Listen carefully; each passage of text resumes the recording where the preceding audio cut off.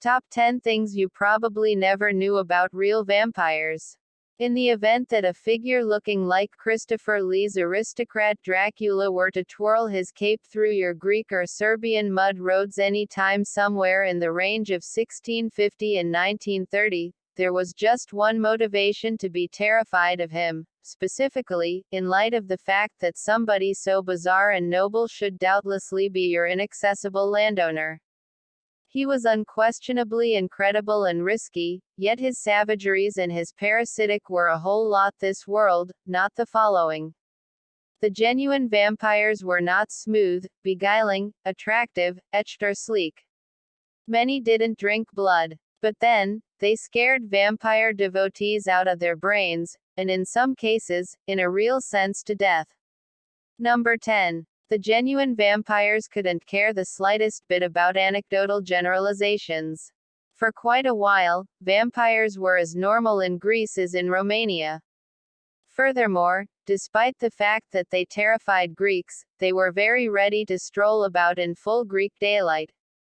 As any Greek could let you know, the main time vampires were constrained to stay in their caskets was between the long periods of Vespers on Saturday and the finish of the sacrament on the Sunday morning. Ordinarily, what makes a difference in genuine vampire nation is anything but an actual climate, yet a consecrated one. For comparable reasons, a vital reason for vampirism in Greece was banning. Concerning food, one Greek med in the 20th century expressed, "No, I never knew about a vampire drinking blood. They may eat your liver or different organs. They may benefit from themselves in their graves, or on close-by carcasses." In Germany, admirers at Sunday administration should have heard them smacking their lips as they chomped away underneath. These convictions might have had different sources. One, inauspiciously, was that individuals coincidentally covered alive could chew on their own arms when starving. The hints of lip-smacking relish were conceivably carcass gases emitting, reminding us, as Paul Barber appeared finally, that the dead are synthetically a lot of alive for quite a while. Maybe the vast majority of all, they mirror an essential thought that the vampire basically needs to benefit from anything, and isn't particular. Indeed, much like the zombie, he won't request a menu or a sommelier prior to sinking his undead teeth into your veins, tissue or liver. Vampires in Greece and somewhere else may assault steers, while Montague Summers recounts a vampire from the island of Naxos which looted eggs and poultry. Greek vampires were known to drink the milk of goats, or to be totally veggie lover. One was discovered to store a nutritious cookout of grapes, apples and nuts in his casket, and on another event 6 vampires were found in a field munching on green beans.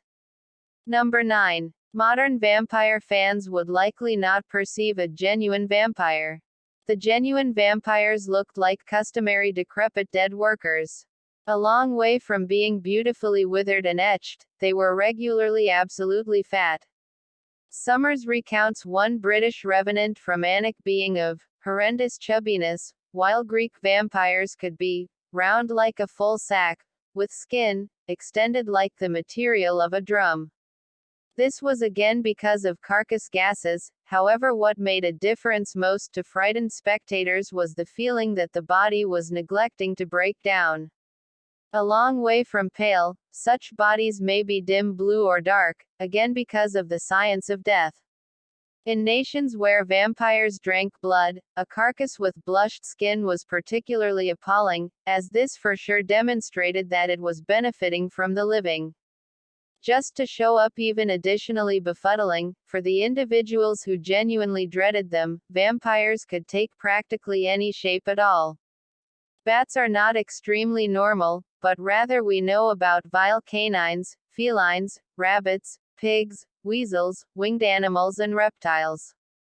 At a vampire consuming, any creepy crawlies or feathered creatures or snakes hurrying out of the flaring fire would be constrained back, in case this was the vampire trying to escape in another structure. In Romania just around a century back, clarifies Agnes Murgosi, your low-tech vampire marking for the nauseous essentially elaborate sticking a moth to the divider, just to err on the side of caution. There were two sorts of rationale underneath this dazing exhibit of shapes. One was that the devil was over each of the a swindler, an expert of mask, taking heap bodies since that deadly snake originally shimmied up to Adam and Eve. The difference was that, when you truly had confidence in vampires, you didn't require consistently need anything uncommon to persuade you. It was less an instance of, truth can be stranger than fiction, as, accepting is seeing. Number 8. The vampire comes to get you into bed. Consistently when you rest, you are briefly deadened to stop you showcasing your fantasies. Generally, you know nothing about this. Be that as it may, the individuals who wake into a sort of in-between state can wind up frightened at being both unmoving and stunned. That is sleep paralysis. Next, enter the nightmare. As you lie there powerless, something is coming gradually from the side of your room towards you. It can take different shapes, yet it is frightening past all depiction. It jumps on the bed, onto your chest. A sensation of colossal weight and suffocation may now overpower you, at times joined with the feeling that this evil presence is sucking the life from you.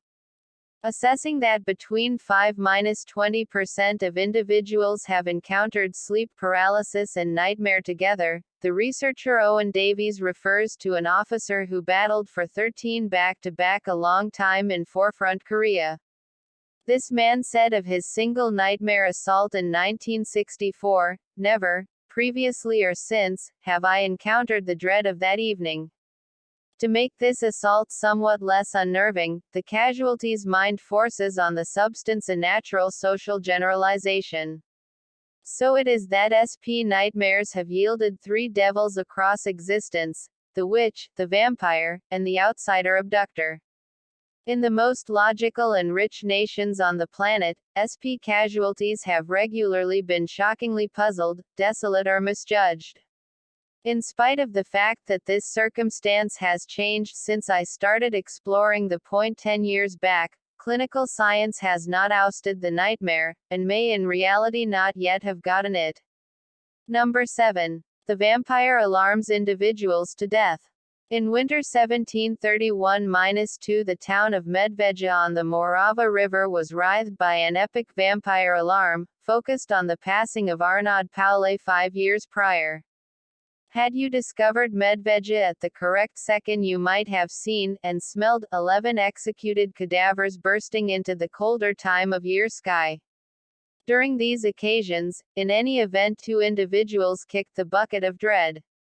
A young lady named Stanaka, set down to rest 15 days back, new and sound, yet at 12 p.m. she fired up out of her lay down with a horrendous cry, unfortunate and shuddering, and grumbled that she had been choked by the child of a Heidik by the name of Milo, who had passed on 9 weeks sooner.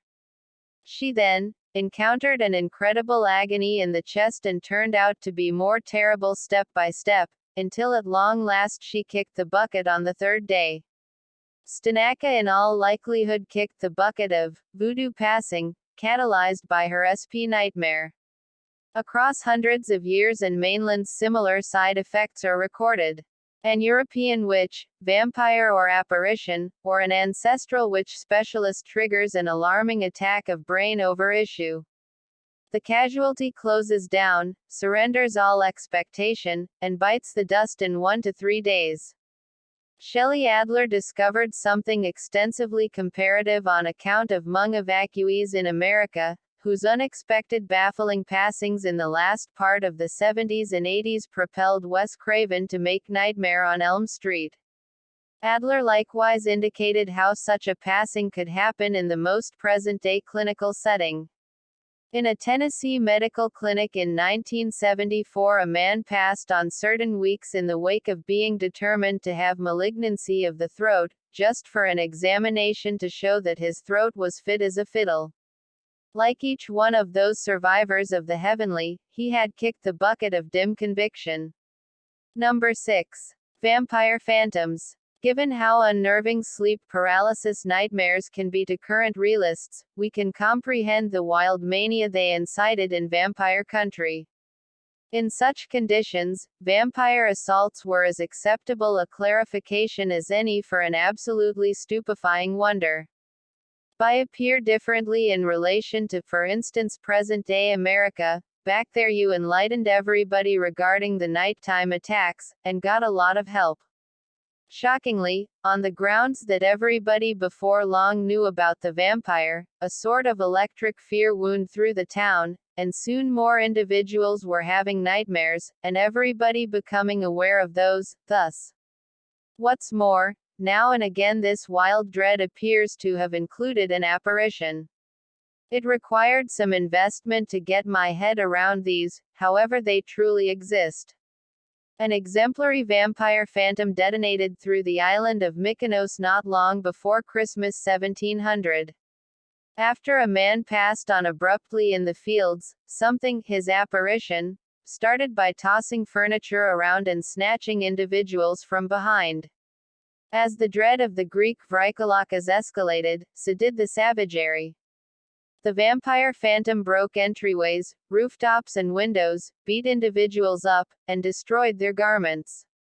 Entire families fled their homes to rest in the open square, or disappeared to the open country.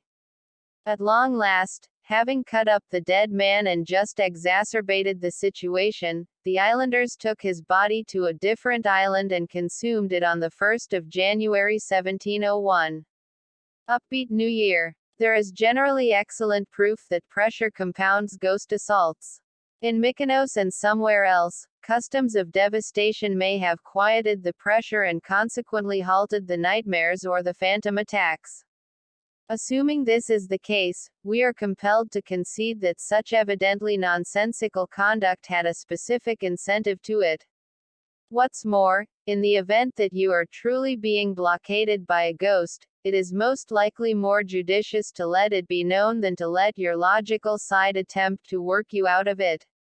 Number 5. When the undead were basically not dead, the power of vampire fear is no place more terribly clear than in those situations where the probably dead had really been covered alive.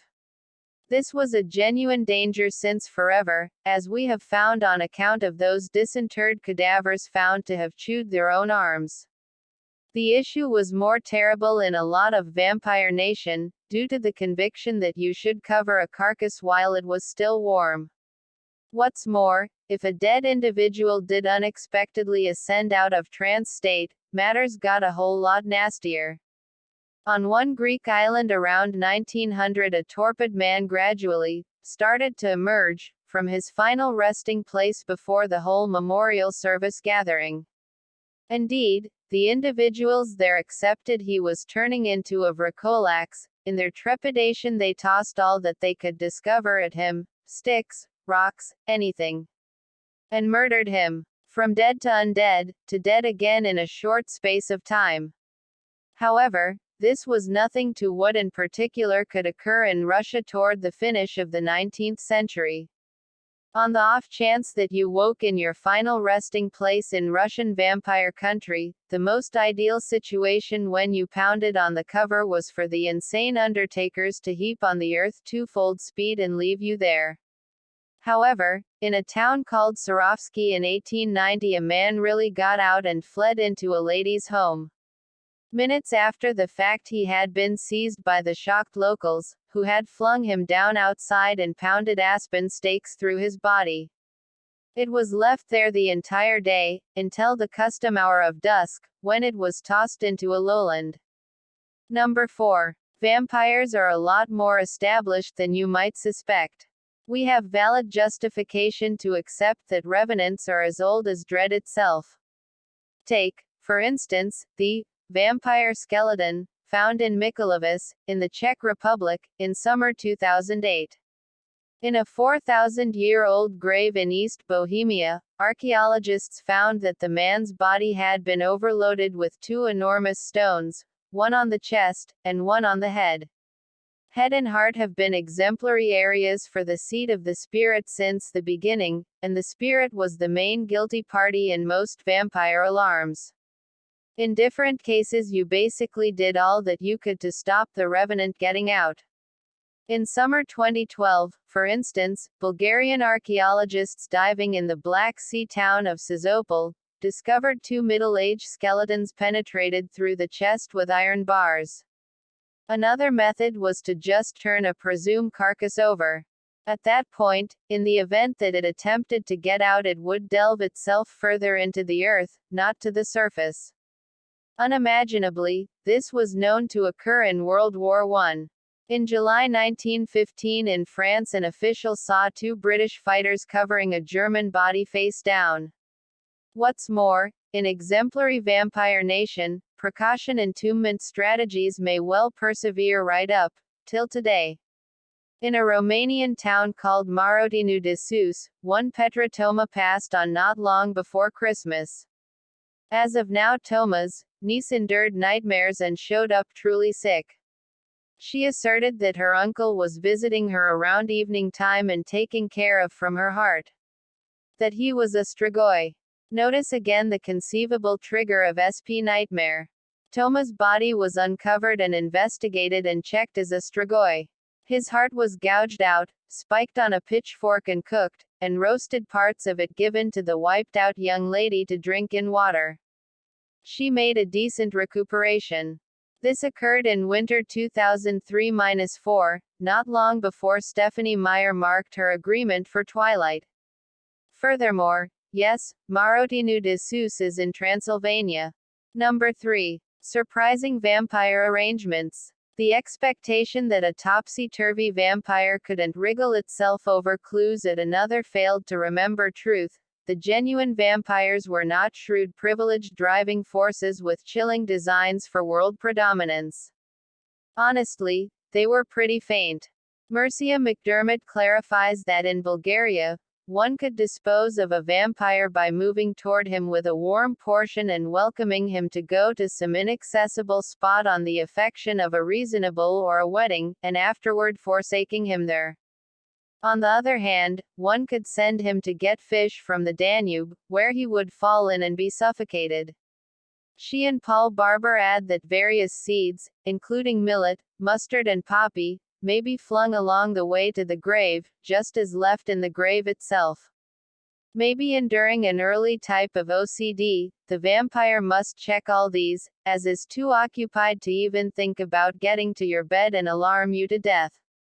Tally Dracula undoubtedly. Anybody disillusioned by these not exactly shocking techniques should remember that really penetrating an enlarged body with a stake is a troublesome and untidy business, while wrecking to 11 of them may deplete a town's fuel supplies in a hard winter. Still, on the off chance that you are resolved to consume a revenant, here is a low-tech Bulgarian arrangement. Your Bulgarian expert alchemist would bottle the vampire. They utilized a heavenly symbol and a container loaded up with the vampire's number 1 food, fertilizer, clearly. They at that point sought after their quarry perseveringly, rather like some vampire-chasing sheepdog, until it had no place left to transform and was constrained into the jug. Stopper your container, toss it on the fire, and good night vampire.